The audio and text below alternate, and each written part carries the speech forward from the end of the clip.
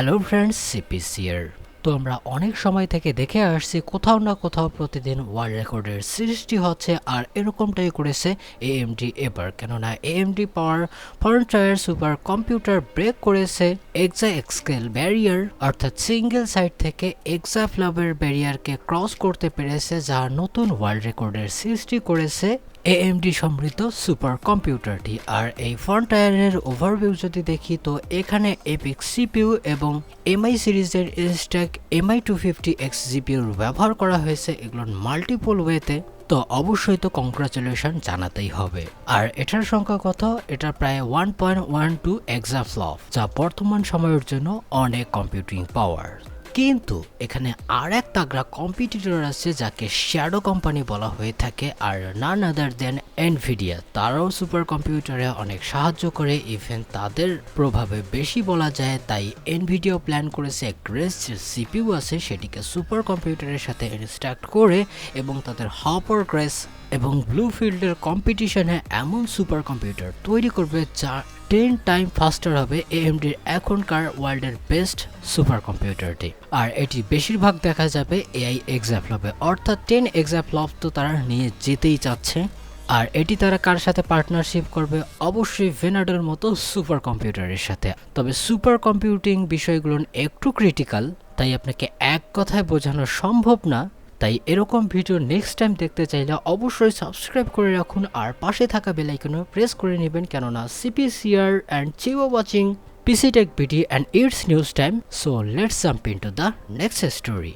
তারপরের যে স্টোরিটি আসছে এটি অ্যাপেলের কাছ থেকে, আর আপনারা জানেন এটি খুব এক্সপেন্সিভ, আর এই কারণেই তারা এক্সপেন্সিভ কিছু রেন্ডারিং ফিনিশ ম্যাক এয়ারের জন্য তারা নিয়ে এসেছে। বেসিক্যালি এটা 7 ডিফারেন্ট ফিনিশের সাথে আসবে, with Mac shape, notch display and cute looking upcoming MacBook air 2022, যা আগের বারের তুলনায় লুকিংয়ে আলাদাই দেখা যাচ্ছে।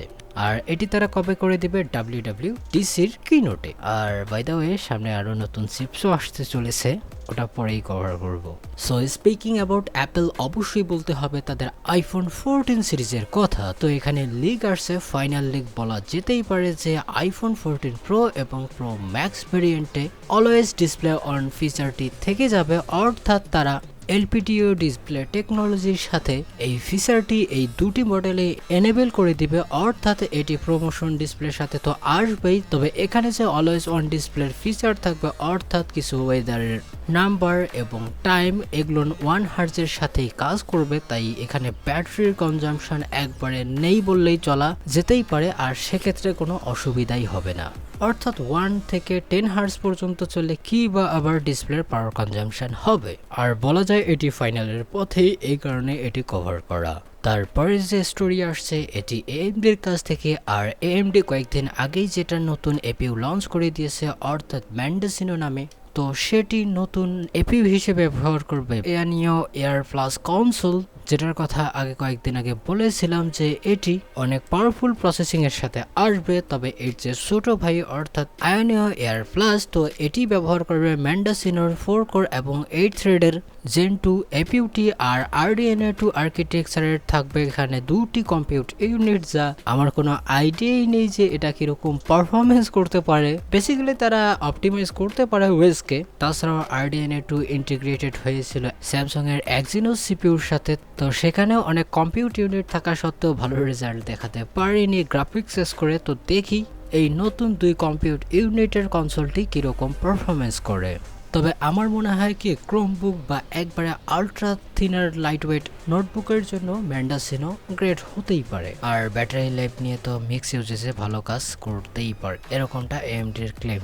স্পিকিং অ্যাবাউট ক্লেম, অবশ্যই বলতে হবে ফিশিয়নের কথা বা ফাইজনের কথা, যে যেটাকে বলেন। তো তারা ক্লেম করেছে যে তারা জেন 5 এসএসডির জন্য এমন কন্ট্রোলার বানিয়েছে কম্প্যাটেবল টু AMD X670, অর্থাৎ তাদের AM5 নতুন প্ল্যাটফর্ম চিপসেটের জন্য, যা সর্বোচ্চ 12.5 Gbps read speed and 10 Gbps ride speed এরকম স্কোর করতে পেরেছে ক্রিস্টাল ডেসমার্কে। আর অবভিয়াসলি এটা ফার্স্ট পিসি এক্সপ্রেস জেন 5 প্লেনের সাথে করা হয়েছে, আর এর ফলেই এত স্কোর আমাদের সামনে চলে এসেছে। আর তাছাড়াও আপনি যদি গ্রাফিক্স কার্ড ইউজও করেন তো আপনার জন্য তো 8টা পিসি এক্সপ্রেস জেন 5 প্লেন তো ক্লিয়ারই থাকবে। বলা যায় একটার সামনে অনেক স্পিডি এসএসডি খুব তাড়াতাড়ি মার্কেটে দেখতে পারবেন, তবে এর দাম কোনো মতেই কিন্তু কম হবে না। আর যেহেতু এখানে উঠলো দামের কথা, তো অবশ্যই বলতে হবে গুগলের পিক্সেল 7 প্রোটোটাইপ ইভেন ফাইনাল প্রোডাক্টের কথা।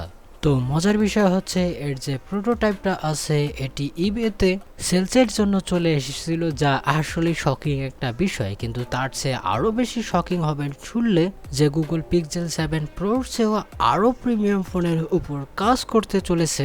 ইয়েস, গুগলের পিক্সেল 7 প্রো অলরেডি অনেক প্রিমিয়াম এবং হাইলি ক্যালিব্রেট ফোন হবে, তার চেয়েও আবার এক্সপেন্সিভ অথবা প্রিমিয়াম ফোন তারা কাজ করছে, এরকমটাই শোনা যাচ্ছে লিকে।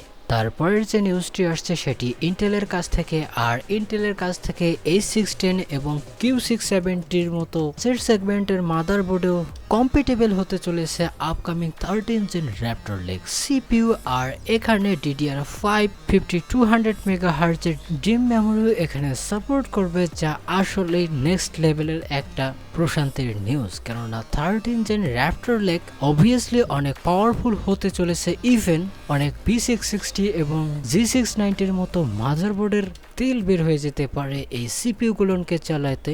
অবভিয়াসলি হাই এন্ডের কথা বলছি, আর এখানে নিউজ আসছে যে A16 এর মতো মাদারবোর্ডও আপনি চালাতে পারবেন, তবে অবভিয়াসলি 13 জেনের বাজেট সিপিইউ গুলো, আর এগুলো আমরা অক্টোবরের দিকেই দেখতে পারি। তারপরের যে নিউজটি আসছে সেটি এনভিডিয়ার কাছ থেকে, আর এটা লিক বা রুমার। আর কয়েকদিন আগে যে রুমারটি আসছিল যে এনভিডিয়ার GeForce GTX 1630 এন্ট্রি লেভেলের গ্রাফিক্স কার্ড মার্কেটে আসতে চলেছে আজকের দিনে, অর্থাৎ আমি 31 তারিখে শ্যুট করছি, কিন্তু আমি জানি এটা 31 তারিখের মধ্যে তো আসা পসিবল না, আর যদি হতো তাদের কিনোটেই বলে দিত।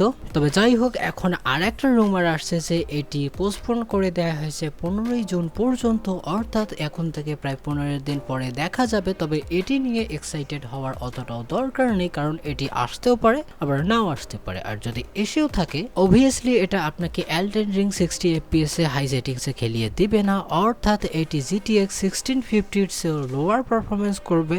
আর আপনি একটা জিনিস চিন্তা করে দেখুন, GTX 1650 সুপারের মতো কার্ড বা 50-র মতো কার্ড প্রায় 2 বছর আগে 13 থেকে 14,000 টাকায় বিক্রি হতো নতুন, আর এটা আসছে মার্কেট পূরণ করতে হবে। তো দেখি সামনে কি হয়, তবে পারফরমেন্স নিয়ে বেশি এক্সপেক্ট রাখবেন না, আর বাকিটা নেক্সট টাইম তো অবশ্যই এটিকে কভার করব।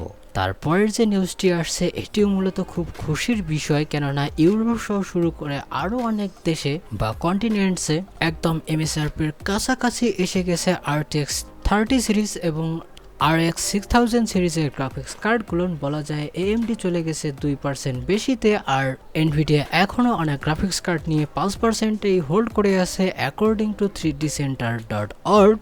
বাংলাদেশেও অলরেডি অনেক গ্রাফিক্স কার্ডের দাম কমতে শুরু করেছে, এ নিয়ে সামনেও একটা ভিডিও আসছে, তাই সাবস্ক্রাইব করে রাখুন। তাছাড়াও যদি ইন্টেলের গ্রাফিক্স নিয়ে কথা বলি তো তারাও জোরে সোরে কাজ করছে এবং অনেক সমস্যার মধ্য দিয়ে যাচ্ছে। অনেকদিন আগেই তাদের কার্ড লঞ্চ করে দেওয়া উচিত ছিল ডেস্কটপ লেভেলে, তো তারা হয়তোবা অনেক সমস্যার মুখোমুখি হচ্ছে ড্রাইভার লেভেলে অথবা হার্ডওয়্যার লেভেলে। আর এটাও হতে পারে যে তারা Nvidia এবং AMD-র মাঝামাঝি সময়ে নতুন গ্রাফিক্স কার্ড লঞ্চ করে দিতে পারে, অর্থাৎ টাইম মেনটেনিং এর জন্য মেবি অনেক কিছুই হতে পারে, বাকিটা ইন্টেল সবকিছুই জানে। AMD-ও খুব জোরে সোরেই কাজ করছে তাদের RDNA 3 আর্কিটেকচারের উপর। তো এখন চলে যাই ফাইনাল নিউজে, অর্থাৎ Nvidia RTX 4090-র বিষয়ে।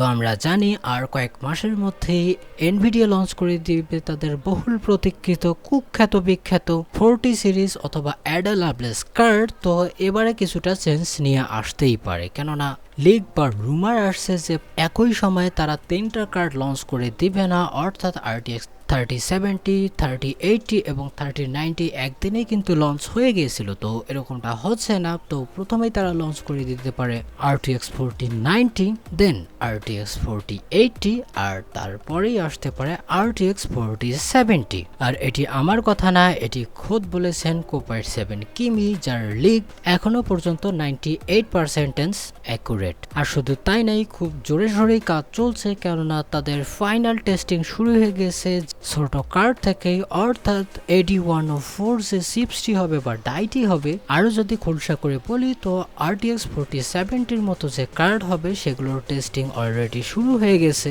তাই হাতে আর বেশি দিনও নেই। আর আপনারা যারা একবারে হাই এন্ড বা হাই সেগমেন্টের কার্ড কেনার কথা চিন্তা করছেন লাইক 3080 Ti, তো ওয়েট করুন, আপনাদের জন্য অনেক ভালো কিছু অফার করছে উইথ ভালো প্রাইসিং এর সাথে। তবে যারা upcoming high end graphics card কেনার কথা চিন্তা করছেন তো এটা আপনাদেরকে মাথায় রাখতে হবে যে কিছু এক্সট্রা টাকা পাওয়ার সাপ্লাইতে এক্সপেন্ড করার জন্য। আই হোপ যে ভিডিওটি আপনাকে ভালো লেগেছে। যদি লেগে থাকে অবশ্যই একটা লাইক দিবেন, আর যদি কিছু বলার থাকে কমেন্ট সেকশনে সেটা জানিয়ে দিবেন। আর এখনও যদি আমার চ্যানেলটিকে সাবস্ক্রাইব না করে থাকেন তো প্লিজ চ্যানেলটিকে সাবস্ক্রাইব করবেন। তো আজকের মতো এ পর্যন্তই, ভালো থাকবেন, সুস্থ থাকবেন, দেখা হবে নেক্সট ভিডিওতে। Bye bye.